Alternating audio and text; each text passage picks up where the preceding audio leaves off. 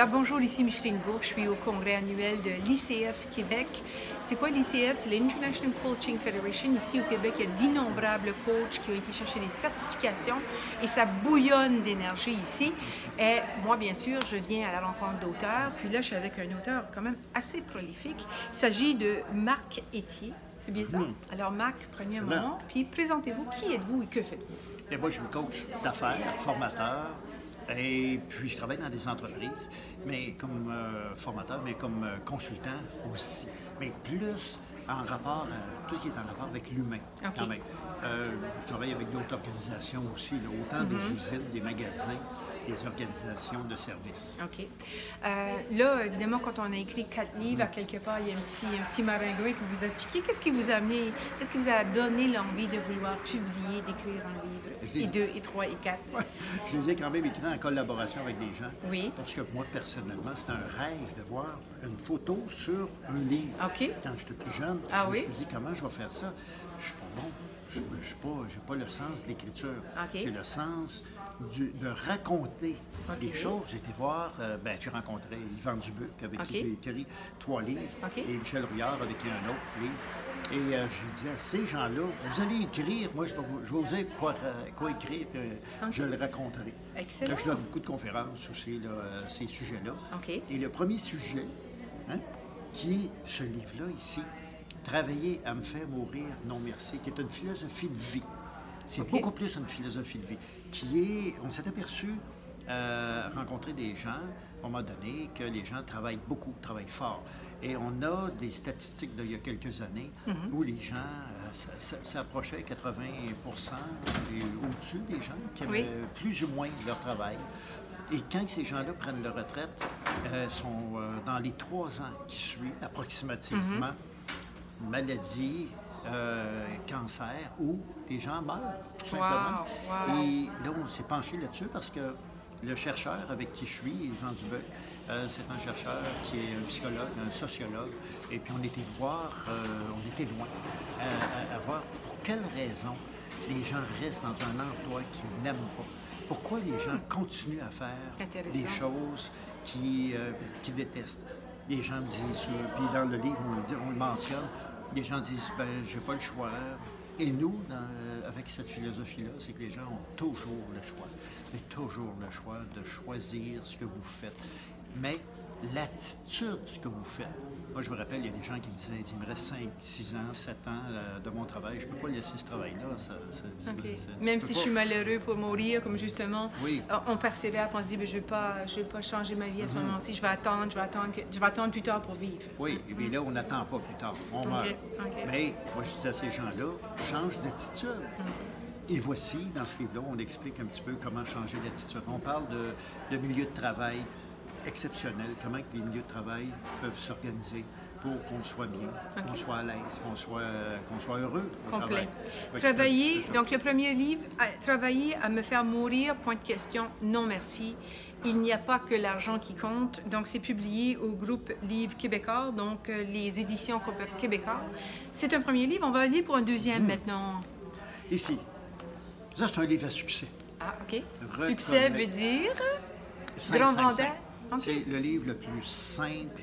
Il n'y a aucune...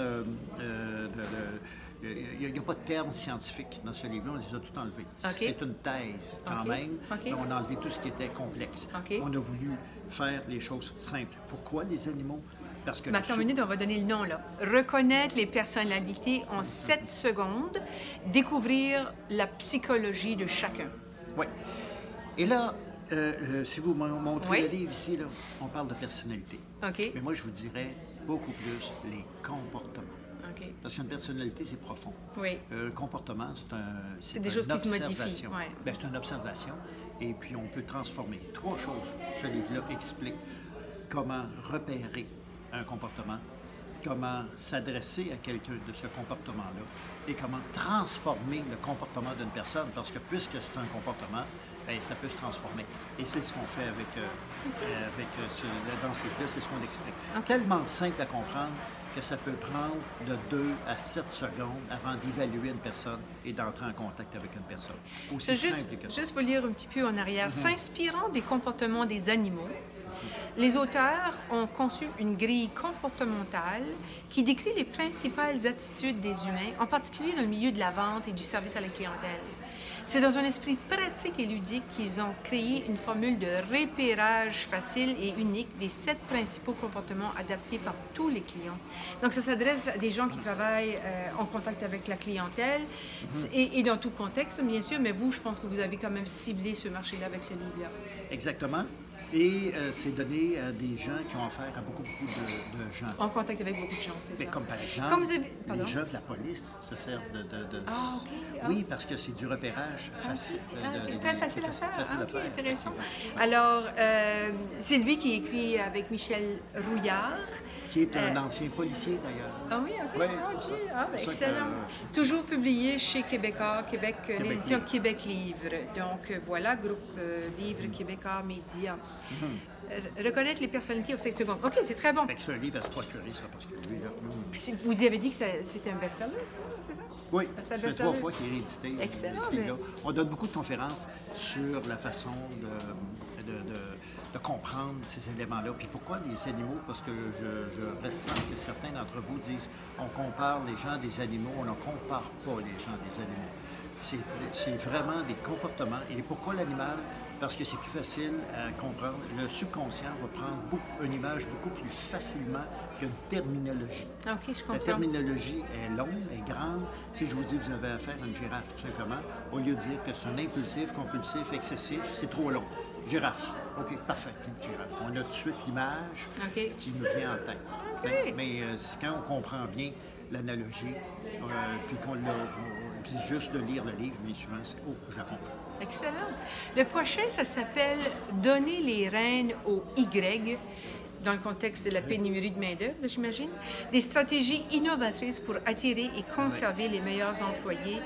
Donc, une autre collaboration avec Yvon Dubuc, qui est CRHA, je tiens à le préciser. Donc, on écoute pour vous, qu'est-ce qu'est ce livre-là, de quoi ça parle? Ce livre, Génération Y, c'est la génération des 30-32 ans et moins. Maintenant, on est rendu dans une autre génération et on les traite de la même façon. La façon dont on est arrivé à parler de cette génération, c'est que cette génération prenait beaucoup d'initiatives. Mais ce qu'on a fait, c'est qu'on leur a donné l'initiative. Et donner les rênes au Y, c'est des expériences qu'on a faites, entre autres, au Parc Safari, à la station de ski du Mont-Saint-Bruno, mais au Parc Safari, on a innové énormément à dire voici comment on va vous donner des responsabilités. Tous les jeunes ont des responsabilités et ont des objectifs à prendre à tous les jours. Et tous les employés devraient faire cette même chose-là, d'avoir un objectif. Devriez, vous, tout le monde, avoir un objectif tous les jours. Et c'est ça qu'il faut faire quand on va grandir de jour en jour. C'est ce qu'on enseigne un petit peu dans ce livre-là, avec des méthodes, mais révolutionnaires. Moi, je recommande ce livre-là dans n'importe quelle organisation, les usines, les restaurants, les groupes organisationnels de n'importe quel niveau. Et c'est que ce livre-là explique comment engager du personnel. Faites-le pour vous-même, faites-le faire par vos employés. Comment former le personnel, faites-les former par vos employés. Faites que vos employés soient des ambassadeurs, soit des coachs et soit des gens qui vont être des parrains pour l'intégration. Finalement, c'est tous vos employés qui font tout. Puis si vous êtes gestionnaire, vous êtes un expert conseil, vous ne dirigez absolument rien. Laissez diriger vos employés, vous allez avoir un succès extraordinaire, incroyable. C'est ce que ce livre-là traite. Et je peux vous dire que ce livre-là, très peu d'entreprises sont capables de le faire actuellement. Et si vous le faites, vous avez un succès garanti. Okay. C'est vraiment dans l'esprit de collaboration, d'avoir une équipe participative, puis en lien avec toute la notion d'autonomie, donc d'autonomie, de statut, un peu à la David Rock là, qui parle de SCARF, là, le statut, la conscience, l'autonomie, etc. etc. OK, très intéressant. Excellent. Donc, toujours publié avec Québec Livre, les éditions Québec Livre. Donc, vous êtes en bonne relation avec cette maison d'édition, forcément. Il faut croire. Notre petit chef-d'œuvre de service à la clientèle.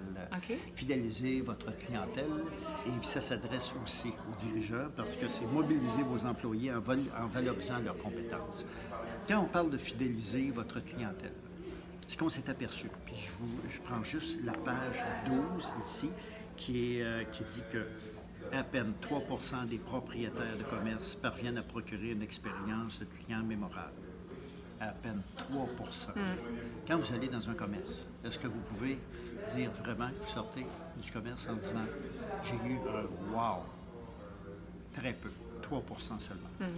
Dans ce livre-là, on a vraiment étudié le 3 %, mais qui doit être simple. On a simplifié beaucoup, beaucoup, beaucoup, beaucoup. On a des faits, on a rencontré des gens qui offrent ce 3 % là de mémorable. On leur a demandé leur secret. Et des organisations dont on parle aussi, qui ont des succès incroyables, reliés à la complicité, l'efficacité et le plaisir au travail. Donc, ça traite de 3 choses. Beaucoup de comment établir une complicité avec une personne. Pourquoi que les gens vont sur Internet faire des achats? C'est pas parce que c'est plus facile, c'est pas parce que c'est plus avantageux nécessairement. C'est beaucoup plus parce qu'on n'a jamais offert à ces gens-là une complicité humaine. Okay. Parce que les gens disent, que je sois en magasin ou par Internet, ça change absolument rien. On ne m'a pas excité. OK. Donc, finalement, c'est un livre sur l'expérience client. Oui, okay. beaucoup, beaucoup. Okay. Ça s'adresse vraiment aux gens de l'industrie qui ont affaire de l'industrie du service à la clientèle. Effectivement. Là, je viens juste de l'ouvrir, préface de Marcel Leboeuf. Oui, Marcel Leboeuf. Oui, qu'est-ce qu'il fait là, Marcel Leboeuf? Qu'est-ce qu'il fait là? Le comédien Marcel Leboeuf. Ben oui, je sais qui c'est, mais quel angle il a apporté à votre... Sa passion. OK. Marcel Leboeuf dit, si tu n'es pas passionné de ton client, tu n'auras jamais un contact, tu ne seras jamais capable d'établir une complicité. Je comprends. Donc, Marcel Leboeuf qui donne des conférences sur la passion. Qui est très connu. Ben oui, ben là, je vois le lien. Et moi, je peux dire que Marcel, c'est un de mes amis. Puis, il m'a fait la préface. Excellent. Et j'ai dit, Marcel, c'est extraordinaire. OK. Des petites références ici qui sont intéressantes, là, des livres très populaires, par exemple, Adam Grant, Le triomphe des généreux, ça a été très populaire, ce livre-là. Oui. Il y a aussi Diane Gabrielle Tremblay, une professeure d'université du Québec, qui a publié de nombreux livres sur le travail. Excellent. Mais regardez, bravo à vous. 4 livres. Est-ce qu'il y en a d'autres en chemin ou c'est fini, la famille? Non, il y en a d'autres. Il y en a d'autres, oui. là? Il y en a qui s'en viennent là, sur des maladies causées par le travail, qui sont comme le burn-out, allez-vous parler du bore-out? Avez-vous entendu cette expression? Oui, le présentisme aussi, le présentéisme. Oui, puis l'absentéisme et tout ça. Oui, bien, le présentéisme, tu es là, tu es présent, tu prends ton chèque de paye, mais il n'y a rien qui se passe. Ouais. Donc, oui, on traite ces... Excellent. Bien, regarde, bonne continuation en titre d'auteur. Je suis contente. On va quand même donner un petit clin d'œil à ton collaborateur chéri, Yvan Dubuc. Yvan Dubuc est un diplômé en art, en relations industrielles, en psychologie sociale et en droit, mine de rien. CRHA, comme je vous mentionnais, il a été cadre et consultant en gestion des ressources humaines et en relations de travail pour le compte d'organisations privées et publiques, auteur de nombreux ouvrages, on vient d'en nommer, et conférencier. Il rédige également des chroniques à l'intention des médias écrits et anime des émissions à la radio et à la télévision. Donc, merci, bravo, M. Dubuc. Bonne continuation. Bien, ça me fait plaisir. Merci. Pareillement. Au revoir. Au revoir.